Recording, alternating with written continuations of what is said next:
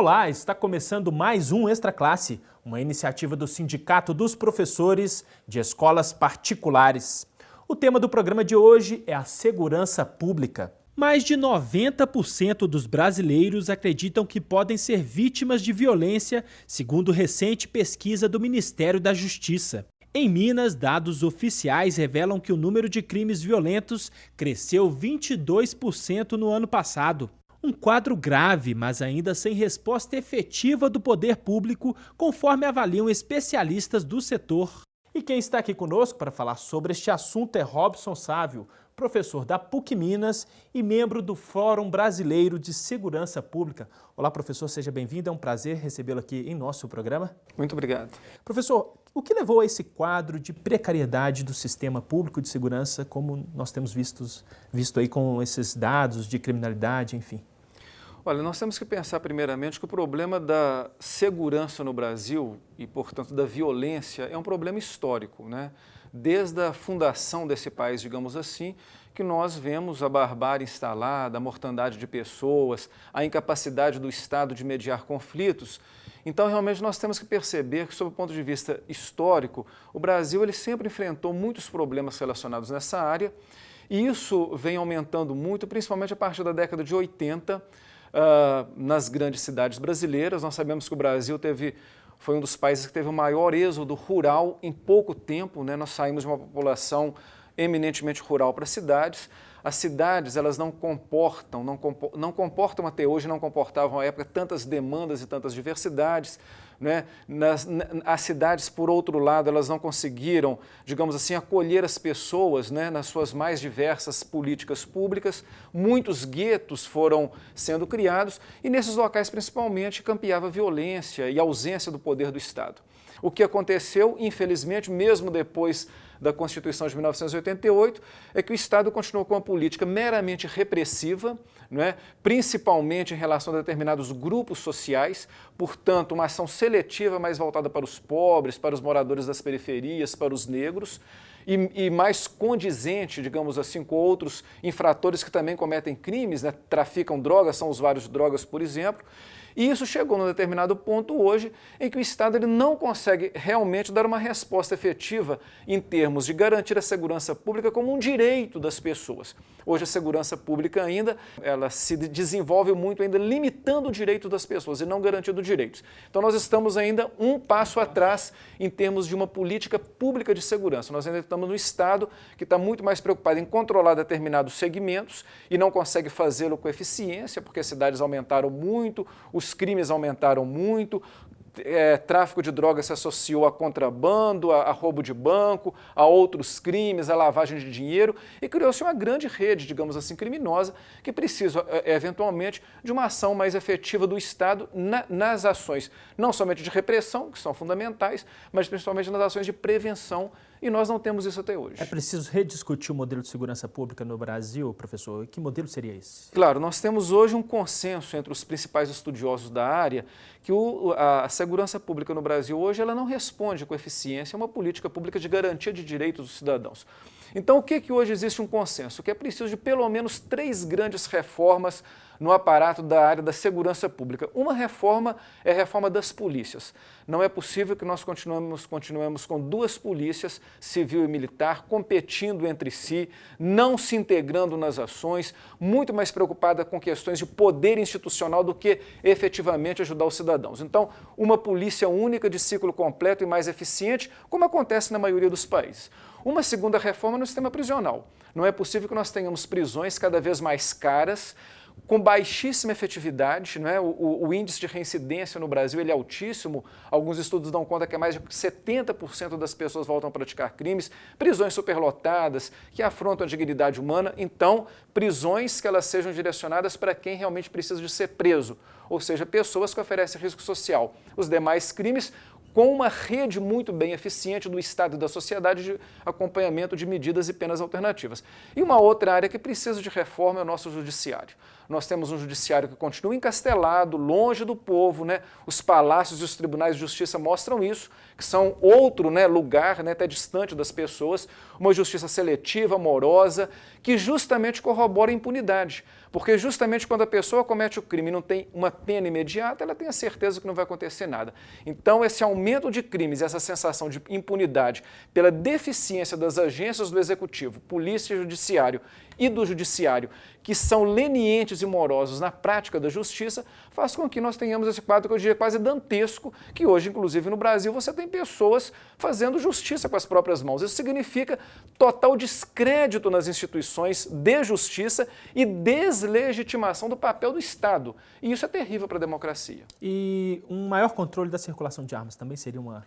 Sem dúvida, nós temos dois grandes problemas que aumentam o número da violência e dos crimes no Brasil. Um é justamente essa quantidade de armamento disponível, né? Ao contrário do senso comum, cerca de 40%, 50% dos homicídios, que no Brasil são 50 mil por ano, quase a metade são crimes chamados crimes interpessoais.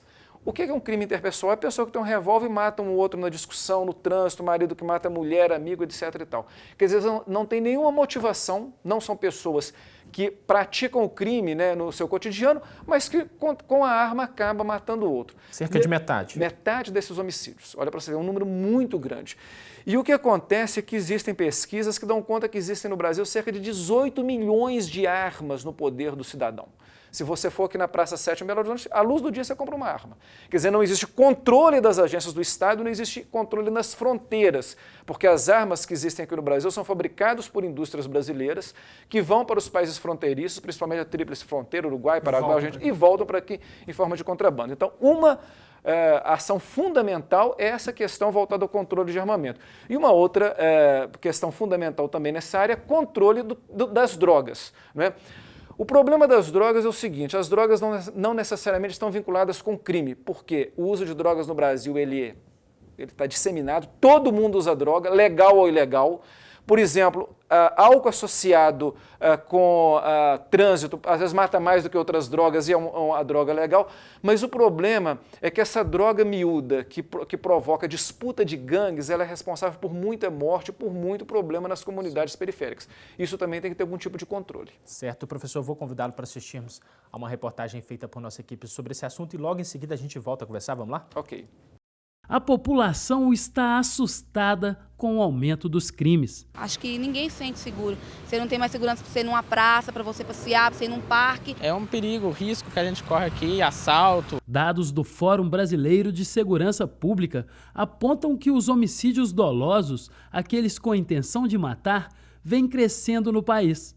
Em 2009, ocorreram 42 mil assassinatos. Em 2011, esse número subiu para 43 mil e em 2012 saltou para 47 mil. Em Minas Gerais, os crimes violentos aumentaram de 71 mil casos em 2012 para 87 mil em 2013. No noticiário, todos os dias, são muitos os casos de violência. Nas ruas, a sensação de insegurança toma conta das pessoas. Para especialistas, o problema só será resolvido quando, além de recursos financeiros, houver investimento nos profissionais. O maior problema da segurança hoje é o desequilíbrio nas relações entre os órgãos que compõem o chamado sistema de justiça criminal. Dessa forma, a Polícia Civil enfraquecida, uma Polícia Civil sem capacidade de resposta num estado desse tamanho, com uma população tão exigente quanto a população mineira, acaba sendo um problema muito sério de segurança pública. Para este advogado criminalista, a prisão não é a única solução para reduzir a criminalidade. A solução para a violência não pode ser uma solução penal. A solução, quando a gente chama a pena privativa de liberdade para conter índices que a gente vê já completamente fora de controle, que a solução não é boa. Não é uma solução, insisto, prender depois do crime cometido. É preciso política pública que trabalhe com a educação, que trabalhe antes do cometimento do ato que a classe dominante vai definir como crime, para então a gente ter minimamente uma sociedade que vá produzir, uma sociedade que vá se sentir segura e confortada. Insisto, a questão não é uma questão de polícia, não se trata de um caso de polícia, se trata de um caso de justiça social. Mas pensar em segurança é também promover a reintegração dos condenados na sociedade. Nós temos uma parceria público-privada vigendo em Ribeirão das Neves, onde os presos são enganados, que ali seria uma melhoria das condições de aprisionamento. Não é fato. Não é fato. Há vários presos que estão nessa parceria privada de Ribeirão das Neves querendo voltar para as unidades de origem, que a gente sabe com todas as mazelas, com todos os problemas. Agora, um detalhe. É um negócio extremamente rentável. O preso na parceria público-privada, ele rende dividendos para os acionistas, ele rende dinheiro e o preso não passa a ser mais mão de obra barata, o preso passa a ser matéria-prima. Esse investimento em parcerias público-privadas na constituição de prisões, eu penso que além de ilegal e de imoral, é um absurdo do ponto de vista lógico. Preso não pode ser mercadoria, preso não pode ser massa de manobra. Agora, professor, eu li uma entrevista do professor Luiz Eduardo Soares, um dos maiores especialistas em segurança pública do país, e ele disse que dos 50 mil homicídios dolosos que ocorrem no Brasil, apenas 8% são investigados. Ele vai além e ainda diz que esses casos não são investigados, esses outros casos não são investigados porque os que morrem, em sua maioria, são jovens pobres e negros. O senhor concorda com essa análise que ele faz, com essa interpretação, e qual é a avaliação que o senhor faz a respeito desse dado específico? Isso é uma coisa caótica que nos assusta, né? Quer dizer, o principal crime contra a vida com homicídio não tem uma resposta do Estado. São milhões de famílias que não sabem o que aconteceu com os seus mortos, né? Isso é uma afronta à dignidade humana. E acontece de fato por quê? Primeiro que nós temos um sistema de investigação inquisitorial. Não é à toa que a peça que os delegados usam se chama inquérito, né?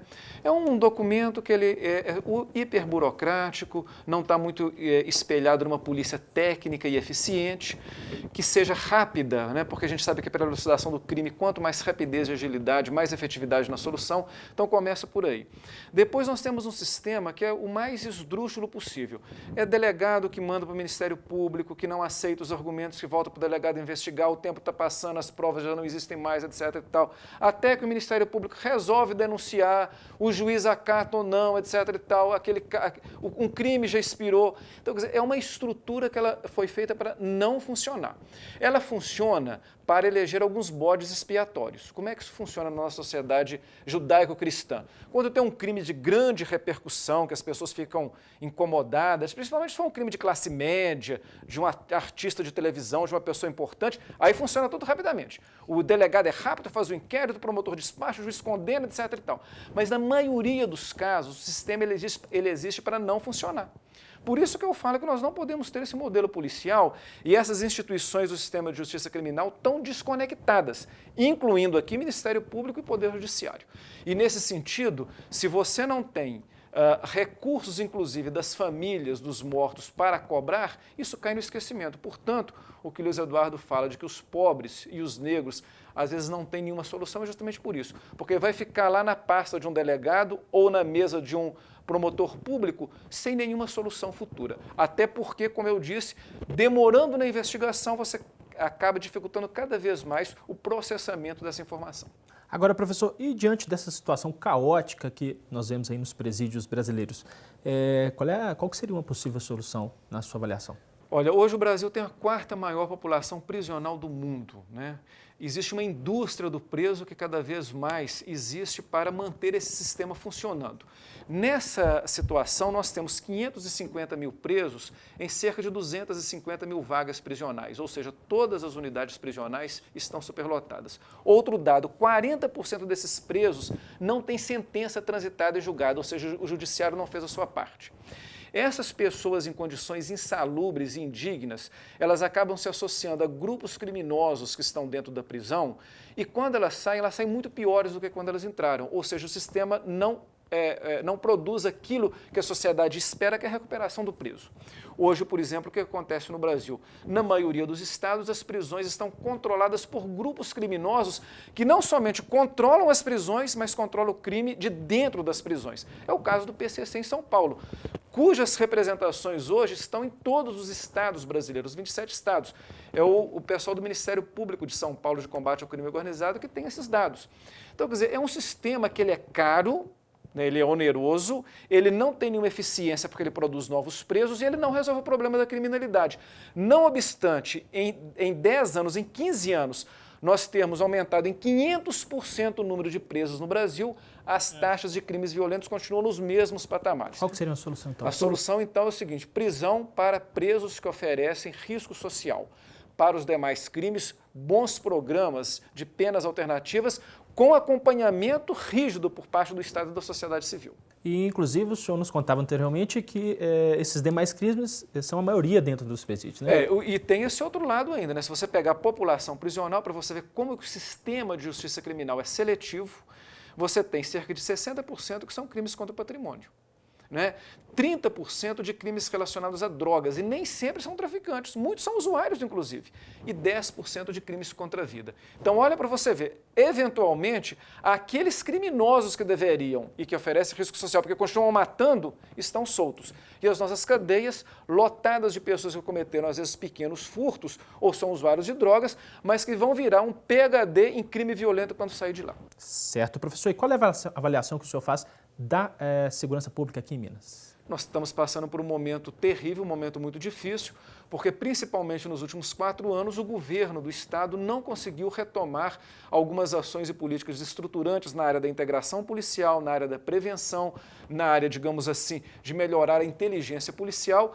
Essas ações, que eram ações estruturantes que vinham em curso, elas pararam por uma mudança política na Secretaria de Defesa Social, uma estratégia do governo. Isso tem impactado numa letargia da atividade policial, principalmente, e isso nós podemos observar, por exemplo, nas demandas da população pela ação policial, que não acontece, pela ausência das polícias na rua, pela dificuldade de investigação, né, por um sistema prisional hiperlotado e que não adianta simplesmente criar mais novas vagas nessa situação. Então, a curto e médio prazo, eu vejo que a situação ela é difícil, né? Talvez com um novo governo que possa entrar aí, um novo pacto que costure principalmente as agências policiais no sentido de uma ação mais integrada e conjunta possa reverter em médio prazo, lembrando que não adianta só polícia eficiente, tem que ter programas de prevenção, e um dos problemas é que o governo largou os programas de prevenção a banho-maria desde que assumiu o atual governo. Certo, professor Robson Sávio, agradeço a participação e a gentileza dessa entrevista aqui para Extra Classe. Muito obrigado. Confira agora a agenda da semana.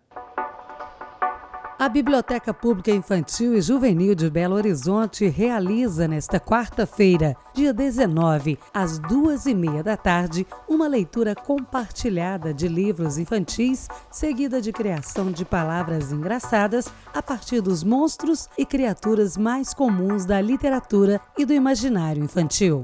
De 28 de fevereiro a 4 de março, em Belo Horizonte, será realizado o 8º Festival de Verão da UFMG, com programação cultural variada e oficinas sobre música, literatura, teatro, ciência e artes. Inscrições abertas para o público de todas as idades.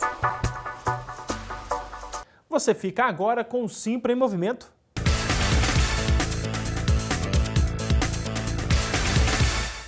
O Simprominas já iniciou a distribuição de bolsas de estudo para 2014.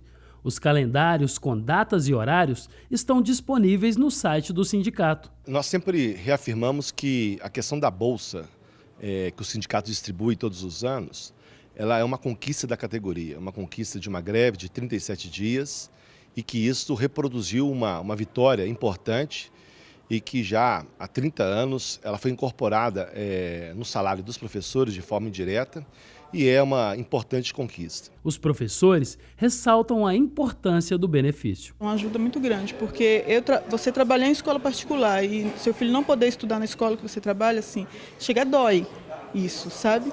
E assim, eu matriculei elas lá na esperança que eu iria conseguir a bolsa e finalmente consegui. A gente fica por aqui. Mas para saber mais sobre o Sindicato dos Professores, é só visitar o nosso site. Sua participação é muito importante Envie sugestões e críticas para o endereço extraclasse@simprominas.org.br. Um grande abraço e até a próxima semana.